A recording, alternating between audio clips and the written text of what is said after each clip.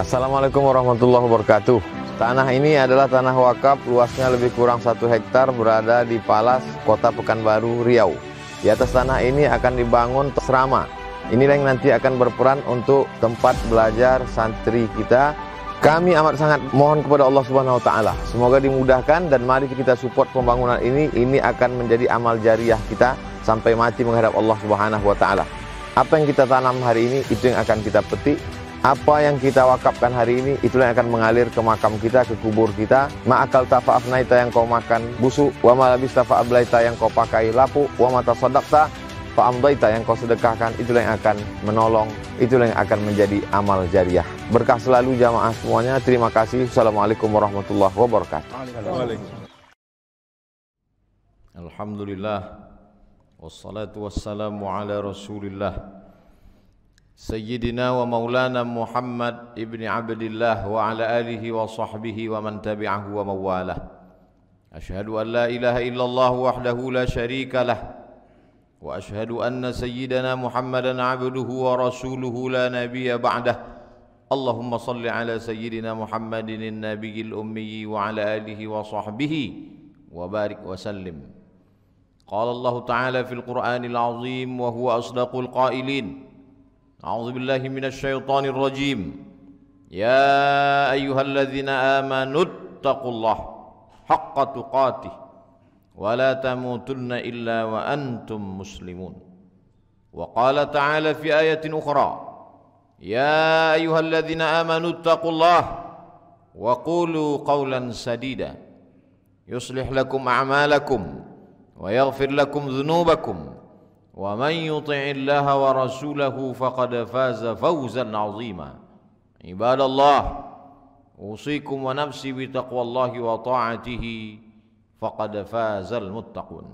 Hadirin jamaah Jumat yang dimuliakan Allah Subhanahu wa taala. Orang baik akan bahagia.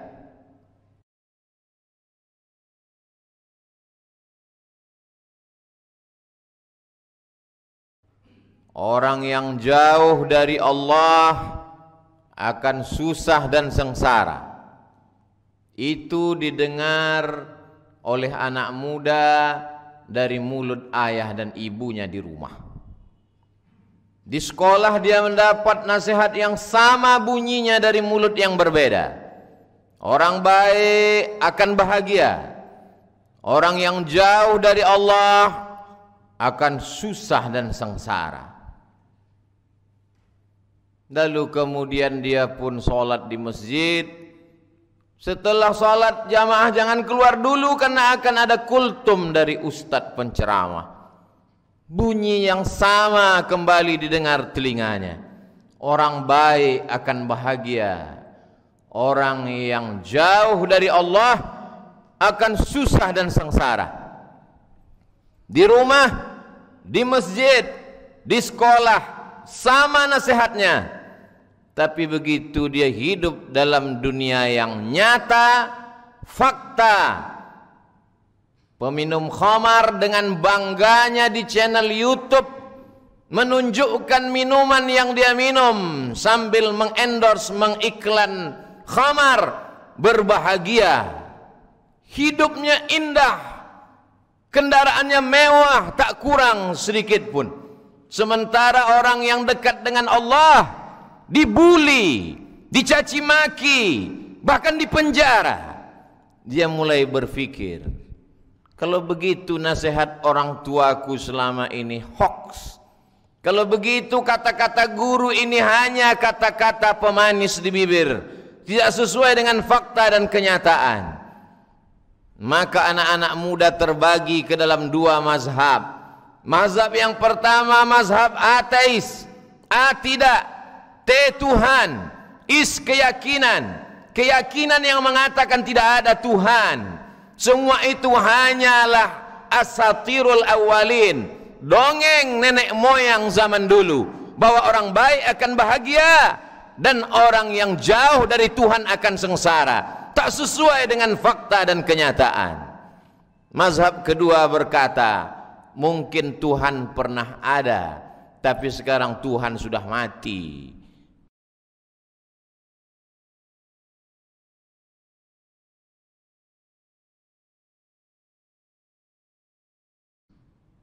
Imam mazhabnya adalah Nietzsche dari Jerman, berakhir dengan gila dan berakhir dengan kematian. Kalaupun mereka beragama, hanya basa-basi saja. Karena kebetulan ada tetangga mati, dia akan pakai peci baju koko. Kebetulan Idul Fitri, Idul Adha, dia datang ke tanah lapang. Tapi dalam hatinya, aku mulai ragu bahwa Tuhan itu ada. Kenapa? Karena kata Ustadz tidak sama dengan kenyataan. Buktinya orang yang jahat hidupnya senang. Pezina dengan bangganya menceritakan pengalaman dosanya di channel-channel YouTube, ditampilkan di televisi. Rumahnya mewah, kendaraannya mahal, hidupnya tenang. Orang yang taat beragama, hidupnya susah, dikriminalisasi, dipenjara. Mana janji orang tua? Mana janji ustadz? Jangan terlalu lugu menjelaskan tentang Allah kepada anak-anak kita, karena perbuatan Allah tidak sesederhana yang kita bayangkan. Allah menjelaskan dalam Al-Quran, sanastadrijuhum min haitsu la ya'lamun wa umli lahum. Ada orang-orang yang kuulur jabatannya tinggi, wa umli lahum.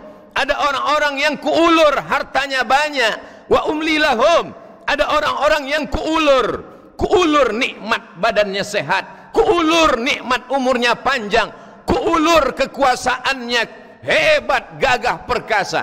Inna kaidi matin, tapi sesungguhnya dia sedang dalam tipu dayaku. Kalaulah sesederhana itu, orang yang dekat dengan Allah hidupnya bahagia, orang yang jauh dari Allah akan sengsara. Kalau logika itu yang dipakai, maka kalau begitu Fir'aun yang dekat dengan Allah, karena yang sengsara adalah Musa, terbuang dari istana Fir'aun. Kalau hidup dengan dekat dengan Allah senang, jauh dari Allah susah. Kalau begitu Ibrahimlah yang jauh dari Allah, karena dia yang susah akan dibakar oleh Namrus. Namruslah yang beruntung, bahagia. Tidak sesederhana itu menjelaskan tentang perbuatan Allah. Orang tua perlu lebih cerdas daripada anak. Ajarkan anak-anakmu ilmu tidak seperti ilmu engkau, karena anakmu hidup di zaman yang berbeda dengan zamanmu. Orang tua mesti cerdas, guru mesti cerdas, berpikir. Kenapa? Karena Allah memberikan kita akal, bukan mengulangi kata-kata orang zaman dulu. Orang zaman dulu tidak salah, ustadz, tuan guru, kiai, buya kita tidak salah, karena memang hidup mereka sesimpel dan sesederhana itu. Penyakit tidak selamanya kutukan. Kalau ada orang baik sakit, bukan kutukan.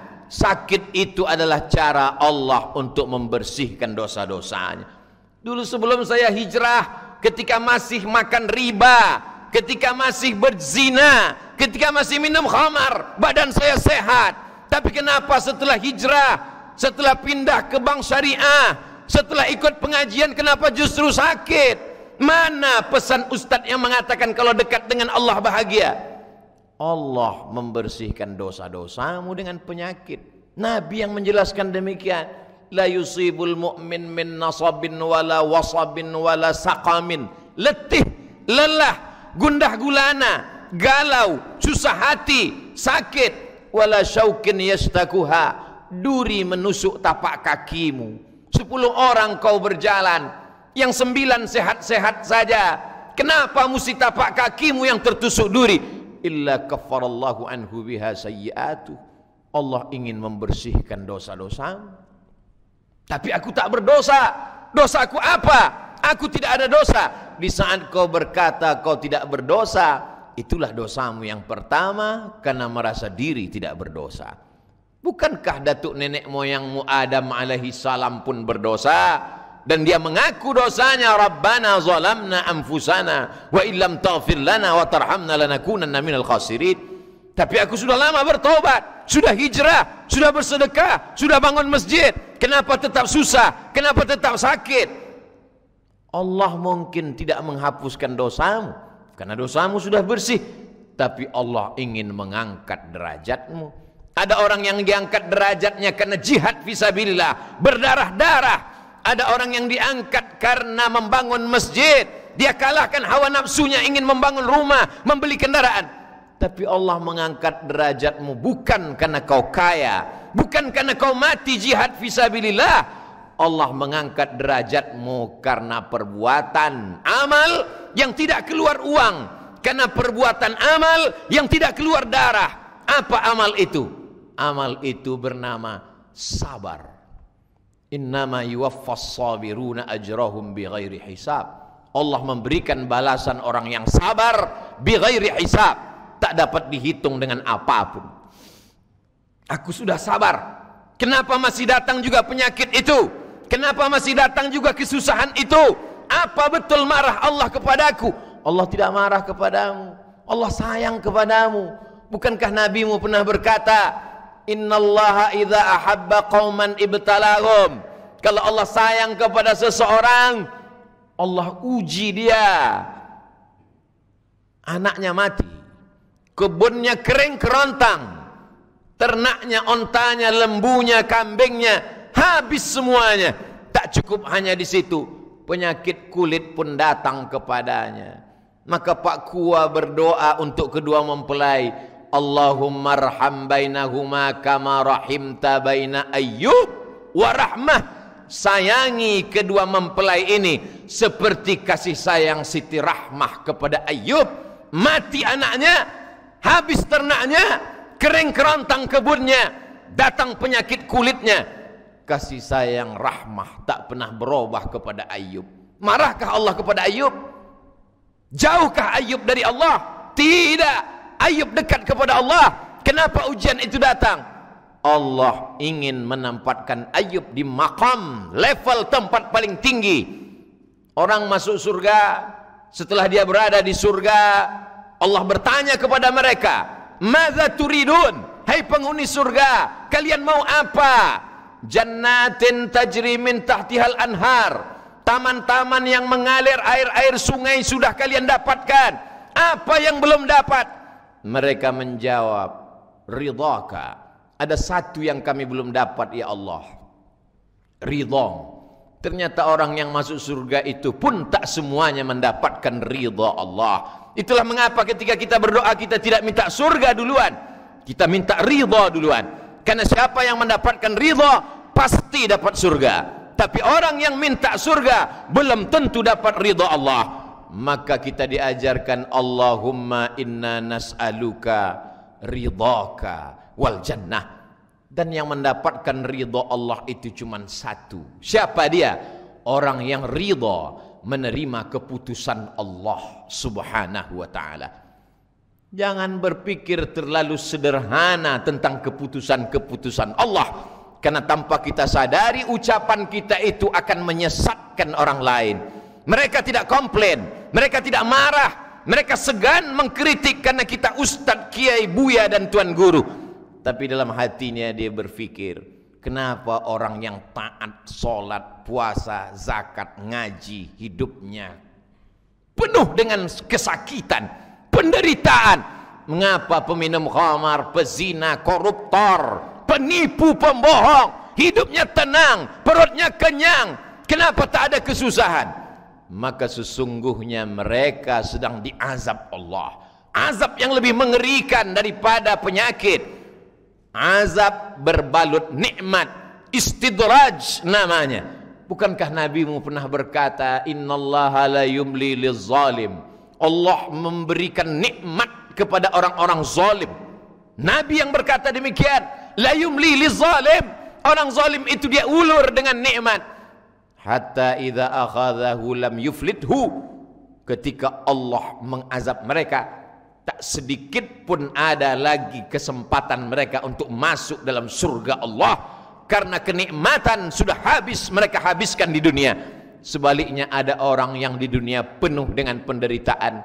Hatta tamshi alal ardi makanan alaihi khati'ah. Sampai dia berjalan di atas muka bumi, tak ada dosanya walaupun setetes, walaupun seujung kuku, walaupun seujung rambut, walaupun sebesar tapak kaki semut yang hitam di atas batu yang kelam, di tengah malam yang gelap sudah dihapuskan Allah. Mari kita berpikir bukan menurut cara pandang kita, tapi berpikir menurut cara pandang Allah Subhanahu wa ta'ala. Dari mana kita dapat tahu? Baca Al-Quran dengan pembacaan yang sempurna. Dari mana kita bisa faham? Baca hadis dengan pemahaman yang benar. Dari mana kita mengerti? Dengarkan ucapan para ulama yang menjelaskan tentang perbuatan Allah. Kalau tidak, kita akan menyalahkan Allah, kita akan mengkambing hitamkan Allah, kita akan mengatakan Allah tidak adil. Mengapa Allah tidak adil? Allah amat sangat adil, tapi kacamatamu terlalu tebal untuk membaca keadilan Allah Subhanahu wa ta'ala. Makanya dalam hadis qudsi Allah berkata, ana inda husni zanni abdi bi, aku menurut prasangka hambaku kepada aku. Tidak ada prasangka yang paling baik kecuali bersangka baik kepada Allah Subhanahu wa ta'ala. Kalau hari ini badanmu sehat, belum tentu nikmat. Boleh jadi kau sedang diuji. Apakah kau bersyukur dengan sehatmu? Kalau hari ini kau punya jabatan kekuasaan, belum tentu nikmat. Boleh jadi jabatan dan kekuasaan itu adalah ujian. Bukankah itu yang diucapkan Sulaiman alaihissalam ketika melihat kerajaannya? Bala tentara kalangan jin pun bersimpuh sujud di bawah perintahnya. Apa kata Sulaiman alaihissalam? Hadza min fadli rabbi, ini karunia Allah Rabbku, liyabluwani, untuk menguji aku. Ashkur, apakah aku bersyukur, am akfur, atau aku akan kufur. Sehat itu ujian, sakit pun ujian, berkuasa itu ujian, menjadi rakyat jelata pun ujian, menjadi kaya raya ujian, menjadi orang susah miskin papa pun ujian. Itulah pemahaman yang diajarkan dalam Islam. Wa nabluhum bisyarri wal khairi, kami uji mereka dengan yang tidak baik, kami uji juga mereka dengan yang baik. Wa balawnahum bil hasanat, kami uji mereka dengan hasanat.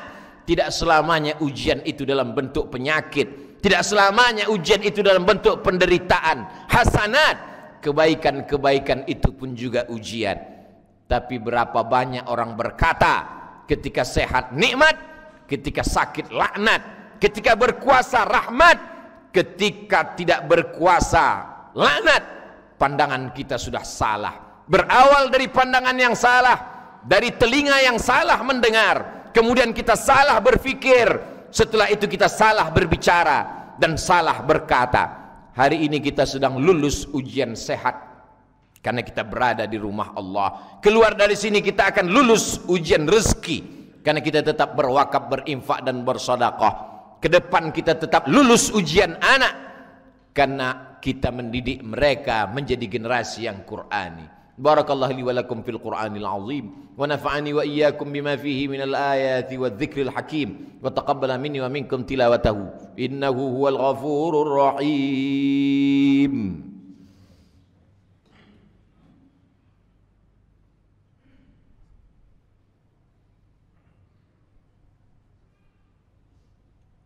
Alhamdulillahilladzi bi ni'matihi tatimmus shalihat, wassalatu wassalamu ala sayyidis sadat wa ala alihi wa ashabihi ahlil fadaili wal karamat. Asyhadu an la ilaha illallah wahdahu la syarikalah wa asyhadu anna sayyidina Muhammadan abduhu wa rasuluh wa safiyyuhu min khalqihi wa khaliluh, addal amanah wa ballagha risalah wa nasaha lil ummah wa tarakana 'alal mahajjatil bayda lailuha kanahariha la yazighu anha illa halik. قال الله تبارك وتعالى في كتابه العزيز أعوذ بالله من الشيطان الرجيم بسم الله الرحمن الرحيم والعصر الإنسان لفي خسر إلا الذين آمنوا وعملوا الصالحات وتواصوا بالحق وتواصوا بالصبر. وقال تعالى في آية أخرى إن الله وملائكته يصلون على النبي يا أيها الذين آمنوا صلوا عليه وسلموا تسليما. اللهم اغفر للمسلمين والمسلمات والمؤمنين والمؤمنات الأحياء منهم والأموات برحمتك يا أرحم الراحمين. اللهم اجعلنا راضين لقضائك. اللهم دفع عنا الغلاء والوباء والفحشاء والربا والزنا والسيوف المختلفة والشدائد والمحن ما ظهر منها وما بطن من بلدنا هذا إندونيسيا خاصة ومن بلدان المسلمين عامة. اللهم انصر إخواننا المجاهدين المستضعفين في فلسطين وفي روهينيا وفي كل مكان من مشارق الأرض إلى مغاربها. عباد الله، أوصيكم ونفسي بتقوى الله وطاعته فقد فاز المتقون. إن الله يأمر بالعدل والإحسان وإيتاء ذي القربى وينهى عن الفحشاء والمنكر والبغي يعظكم لعلكم تذكرون. فاذكروا الله العظيم يذكركم واسألوه من فضله يعطكم ولذكر الله أكبر والله يعلم ما تصنعون. أقم الصلاة.